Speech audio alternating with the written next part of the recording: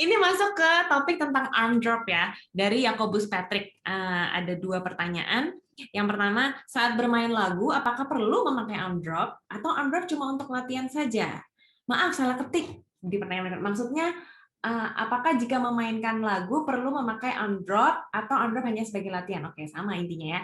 Kemudian dia juga bertanya lagi, saya pernah main di grand piano saat les offline, dan suara not yang saya mainkan kurang warm, seperti ada noise-noise. Sedangkan guru saya mencontohkan suaranya lebih warm.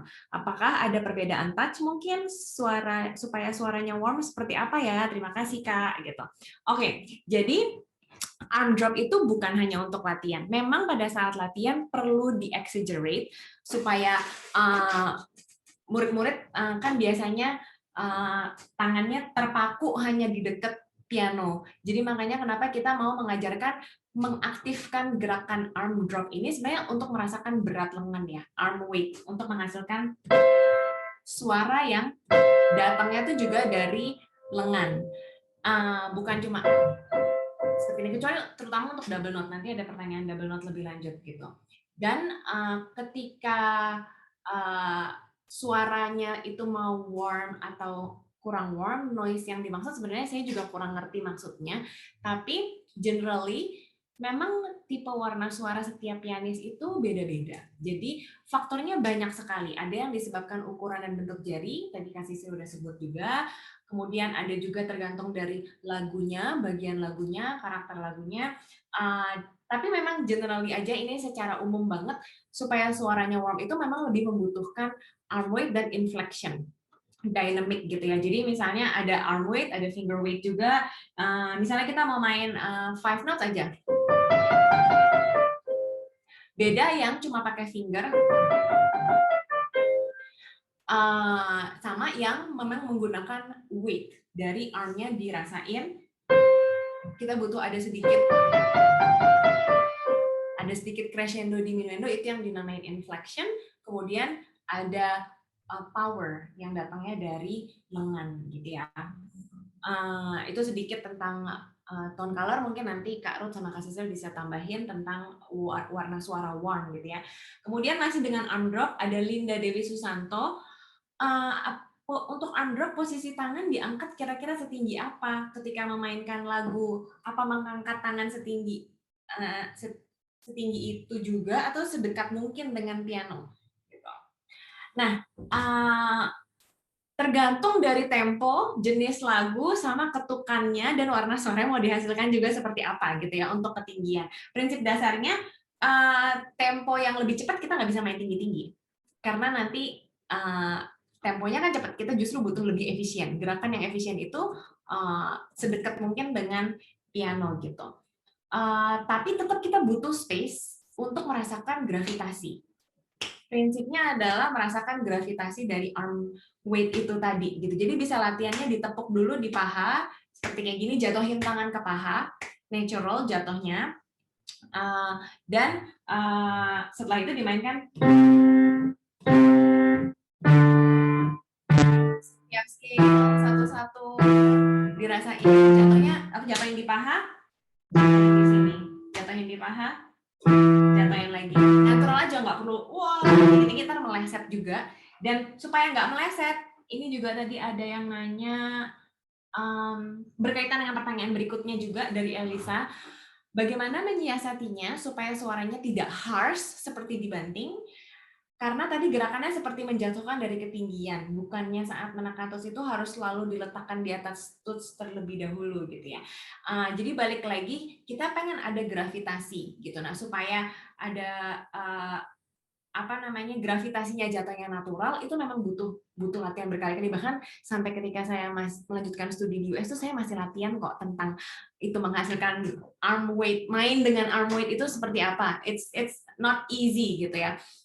Supaya dia nggak kasar, dia jadi kasar tuh kalau kita force, ada gerakan yang di push ke piano, jadi seperti ini, di push, ada energi lebih di luar gravitasi, itu jadinya accented, jadi accent, jadi harsh gitu.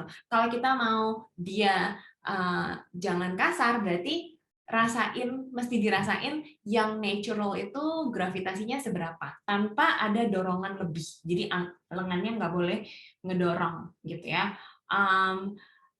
Tujuannya apa sih arm drop ini? Supaya nggak tense dan supaya ada arm weight tadi mainnya, tone-nya suaranya lebih full gitu, nggak cuma dari finger power doang gitu. Ada yang kelewat nggak ya?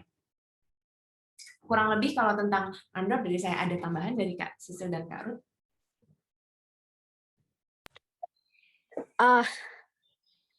Kebayang egg drop soup. Drop soup. Oke, anyway, ya aku tahu beberapa murid yang aku ajarin drop itu emang jatuhnya jadi kasar gitu kan.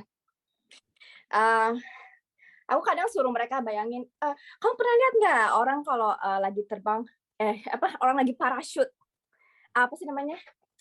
Apa sih itu namanya, kayak yang dari awan itu? Iya, parachute. Iya, parachute. Oke. Ya, pernah lihat nggak? Kalau pernah lihat syukur, kalau nggak pernah lihat ya udah disuruh bayangin gitu kan. Nah, itu mereka pas udah mau deket tanah, itu gimana? Open the parachute, right?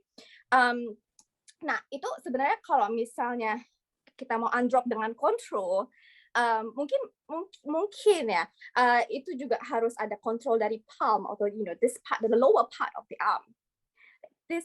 So instead of just gitu kan, terus jatuhnya kan kalau benar-benar lemes gitu dan benar-benar dengan kecepatan yang sangat cepat gitu, pasti bunyinya nggak musikal gitu kan ya. Even kita kalau misalnya mau nyanyi juga ada kontrol kan, kalau kita mau ya kalau nggak bisa jadi kayak teriak gitu kan, jadi nggak ada kontrol. Jadi sebenarnya semua yang kalau misalnya mau ada nggak ada keharshan gitu dan mau musikal, harus ada a certain level of control. So sometimes aku bilang ya coba parachute dibuka, jadi ada kontrol sedikit gitu sebelum menyentuh key gitu. Ya kalau nggak ya, tapi sebenarnya konsep relaksasi ya aku biasanya juga nggak pakai kontrol dulu gitu, ya udah gini aja kayak arm drop dulu gitu ya. Terus pas diterapkan ke kunci baru ada sedikit kontrol. Yes, Kak Ruth. Kalau aku biasanya, kalau menurut aku pribadi ya, kenapa harsh kalau lagi arm drop, itu harsh atau enggaknya itu kuncinya cuma ada di sini. Wrist. Kalau kita kunci wristnya kita, sampai kapanpun mau kayak apapun juga akan harsh suaranya.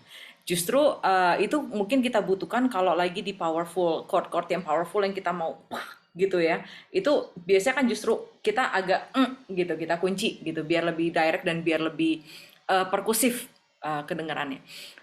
Tapi jadi intinya sebenarnya cuma di wrist. Kalau wristnya nggak kita apa-apain, dia akan menjadi shock breaker. Jadi kalau anak-anak nggak ngerti konsep shock breaker, bayangin spring bed. Kita bisa duduk di kasur, tapi kita bisa juga wuff gitu, kita jatuhin diri ke kasur. Kalau kasurnya springnya asik gitu, itu shock breaker namanya. Suaranya akan menjadi warm. Tapi kalau kita ada matras di bawah, matras yoga gitu yang super tipis di lantai, kita jatuhin diri, ya kita juga nggak bego gitu kan, kita nggak mau benjol. Jadi kenapa? Karena di situ nggak ada shock breaker gitu. Jadi maksudnya konsep shock breaker diajarkan bisa seperti itu. Tapi kenapa wrist kita tuh menjadi shock breaker? Karena dia harusnya nggak ngapa-ngapain. Karena wrist itu sebenarnya tidak ada apa-apanya.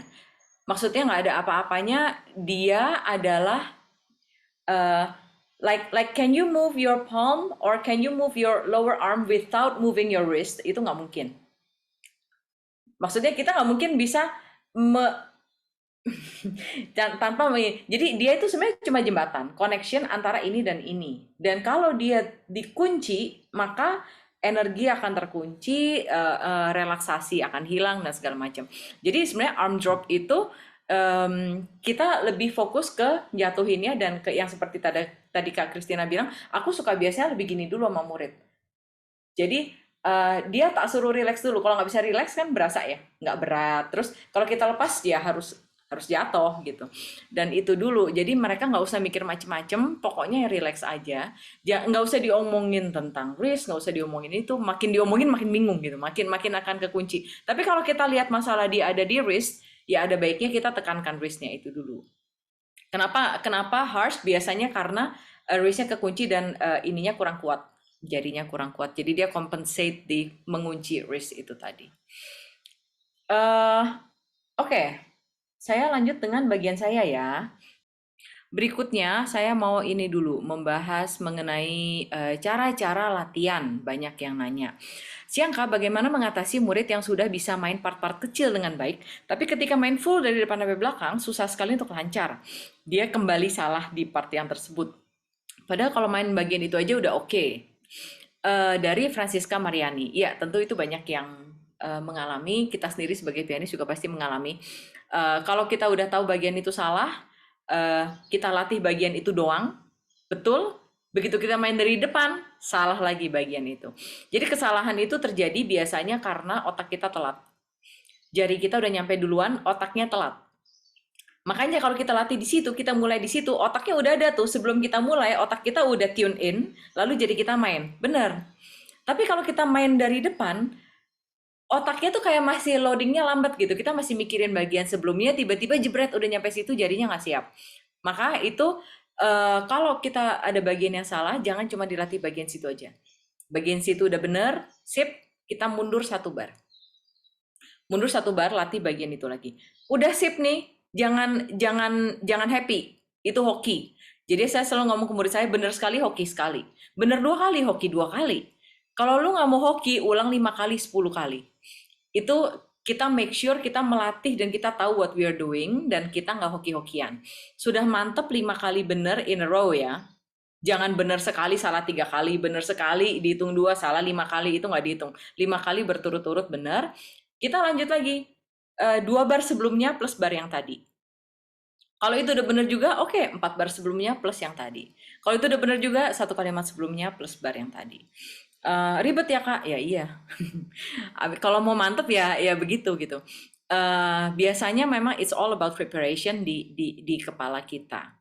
Lalu pertanyaan berikutnya dari Maria Magdalena Kusmana. Duvernoy termasuk dalam etude dalam kurikulum piano. Apakah latihan-latihan di nomor-nomor yang disajikan di Duvernoy itu pantas atau bisa dianggap layak untuk lagu dimainkan di konser atau di kompetisi? Nah, kalau itu jawabannya agak susah ya.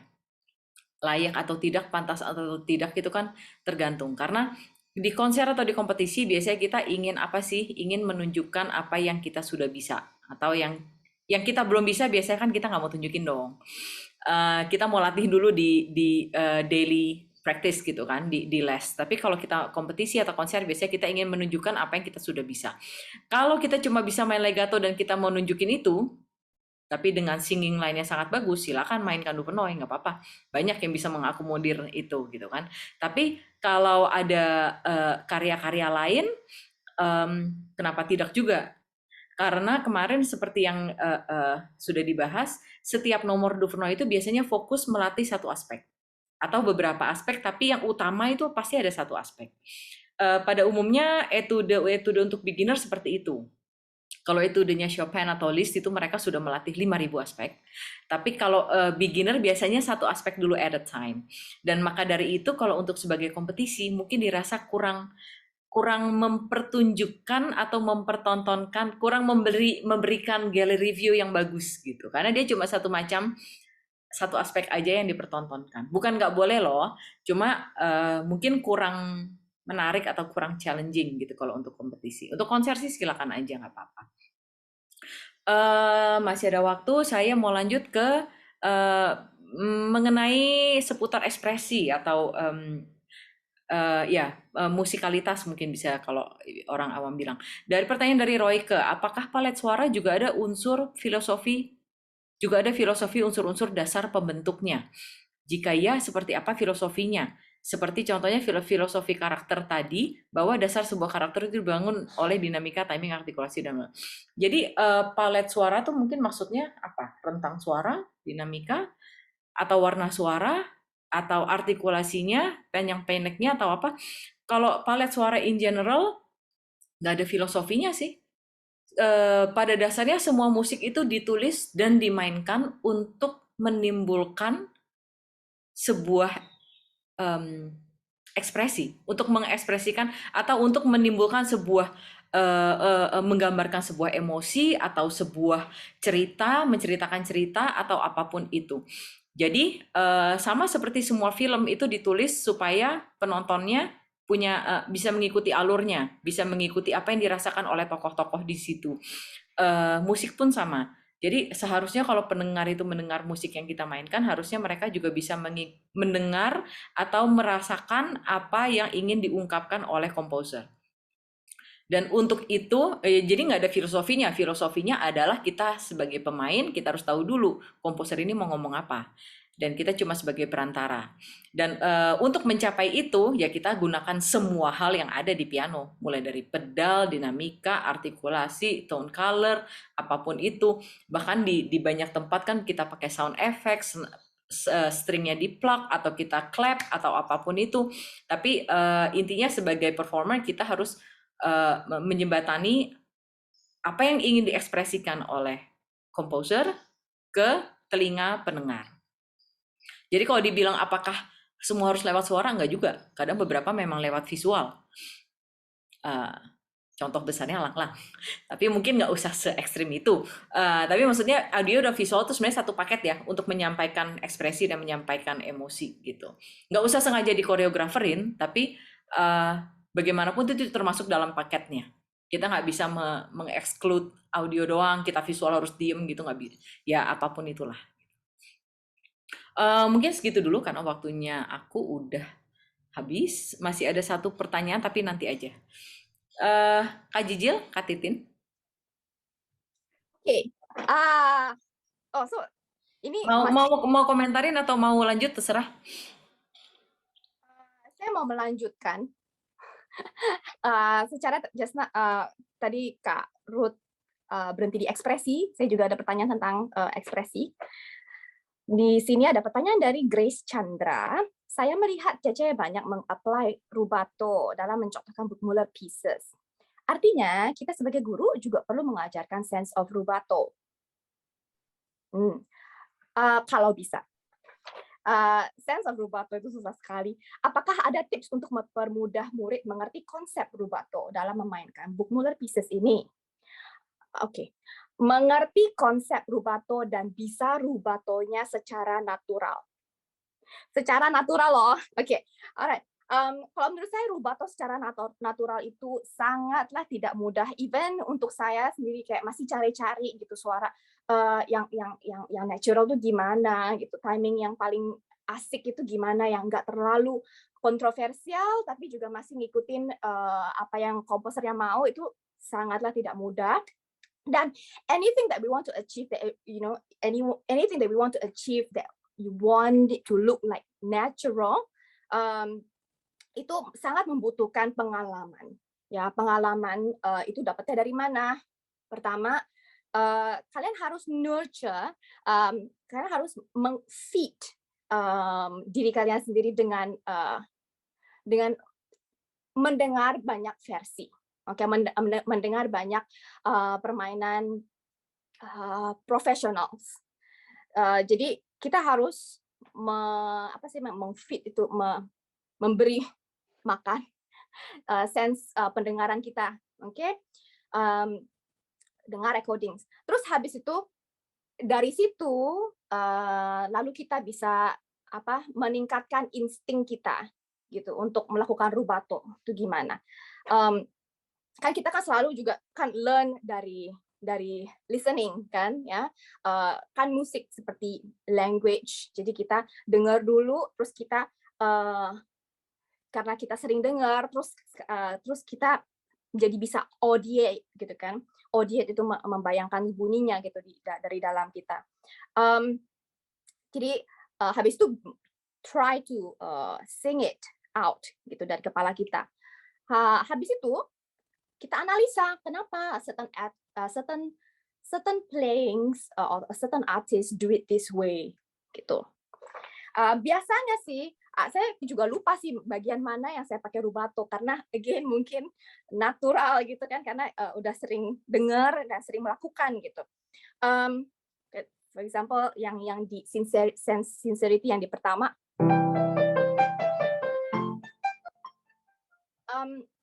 bisa karena interval distance gitu kan.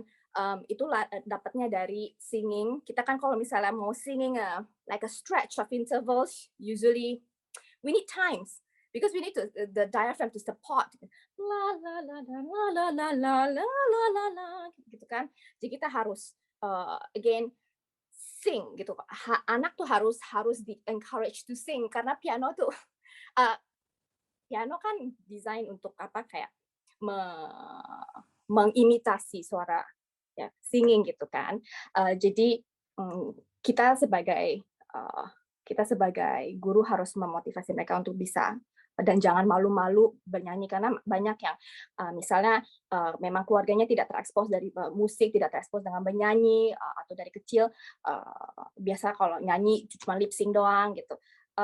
Ya kita harus ingatkan bahwa tanpa bernyanyi, kalau misalnya kita nggak bisa menyanyi, kita nggak bisa bermain dengan indah juga gitu.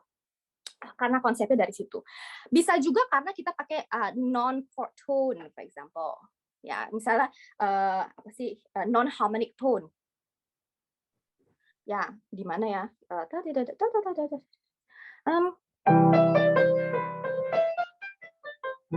Ini kan, ya ini kan ada sedikit gitu kan, ada sedikit konflik gitu. Jadi itu bagaimana kita menentukan titik-titik rubato atau agogi. Bisa juga karena repeated notes maybe.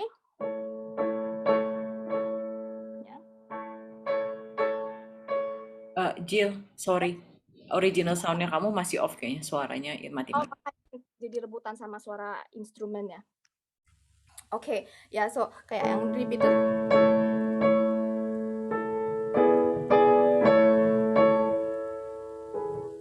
Oke, bisa juga karena resolution. Ya, jadi harus ambil waktu sedikit gitu.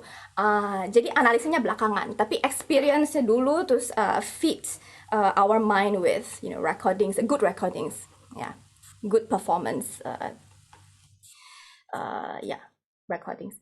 Terus ya itu sih kalau dari sisi ekspresi. Pertanyaan ekspresi saya cuman itu aja satu. Ya. Lanjutin aja ke pertanyaan lain nggak apa-apa? Boleh. Oh saya? Oh masih ada waktu. Oke. Oh saya banyak tentang manajemen. Ya, manajemen. Pertanyaan dari Ignes Natanya. Dia bertanya, apa perbedaan antara Burgmüller Opus 100 dengan opus lainnya seperti Opus 105 dan 109? Apakah hanya mempelajari salah satunya sudah cukup atau perlu dipelajari juga opus lainnya? Good question. Sebenarnya perbedaannya saya udah jelaskan singkat di seminar. Opus 100 sama Opus 109 itu, pokoknya Opus 100 itu paling dasar. Opus 100 sama Opus 109 lebih mirip karena mereka menggunakan judul, programmatic title. Tapi 109 itu tekniknya lebih susah. Ya. Musicalnya juga lebih susah. Kalau dibandingin sama 109, Opus 100 itu durasinya lebih singkat. Terus rentangan jarinya juga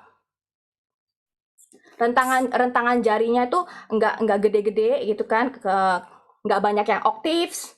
Tapi 109 udah banyak octaves, udah banyak chord yang tebel-tebel. Terus pergantian figurasinya di Opus 100 yang dasar itu tidak terlalu kompleks gitu ya, nggak terlalu cepat pergantian figurasinya. Harmoni juga lebih simple ya. Kalau harmoni lebih simple, biasanya of course beginners lebih bisa cope with it ya. Although udah ada chromaticismnya, tapi harmoninya biasa lebih simple, nggak cepet-cepet modulasi for example. Terus nggak sering-sering lihat accidentals gitu. Nah, tapi 109 udah beda lagi. So, untuk memasuki Opus 109 sih, kayaknya Opus 109 itu biasanya sekitar ABRSM grade 6, paling mentok grade 7. Ya. Lebih baik kalau murid sudah memiliki fasilitas jari yang memadai. Jadi mereka udah gede gitu, jadi rentangannya udah lebih gede, lebih gampang main octave, terus udah lebih independen. Jadi mereka udah underwent various attitudes ya, various exercises, udah lebih stronger, udah lebih aktif. Terus konsep relaksasi juga udah lebih terinternalisasikan ya. Ya, sehingga jadi bisa lebih fokus ke apa sih, ke stylistic, terus lebih fokus ke pedaling yang lebih susah, terus lebih fokus ke tonal balance, tonal color. Jadi all those intermediate stuffs ya that we have to implement gitu di Opus 109. Jadi jangan kasih Opus 109 terlalu cepat. Kalau Opus 105 sih bersifat lebih teknikal ya. Nggak ada judulnya, jadi oke, udah nggak menstimulasi imajinasi sama sekali. Dan figurasinya lebih konsisten, lebih berulang-ulang gitu. Jadi harus membutuhkan endurance gitu kan. Dan kalau sesuatu yang membutuhkan endurance itu biasanya kita nggak lepas dari sensasi fisikal. Jadi kita kayak harus selalu merasakan, oh ini udah relax belum, terus ini udah aku hold belum, terus ini udah aktif belum. Jadi lebih sedikit waktunya untuk memikirkan musikal elemennya gitu. Ya itu sih. Terus apakah hanya mempelajari salah satunya sudah cukup atau perlu diajarin juga opus lainnya? Menurut saya sih terserah gurunya, dan tergantung muridnya. Kalau saya sih dulu main semuanya, tapi nggak main satu buku gitu, enggak. Saya ingat sih dulu belajar Opus 100 itu at least 15 nomor. Opus 109 paling cuma 5 nomor, 6 nomor.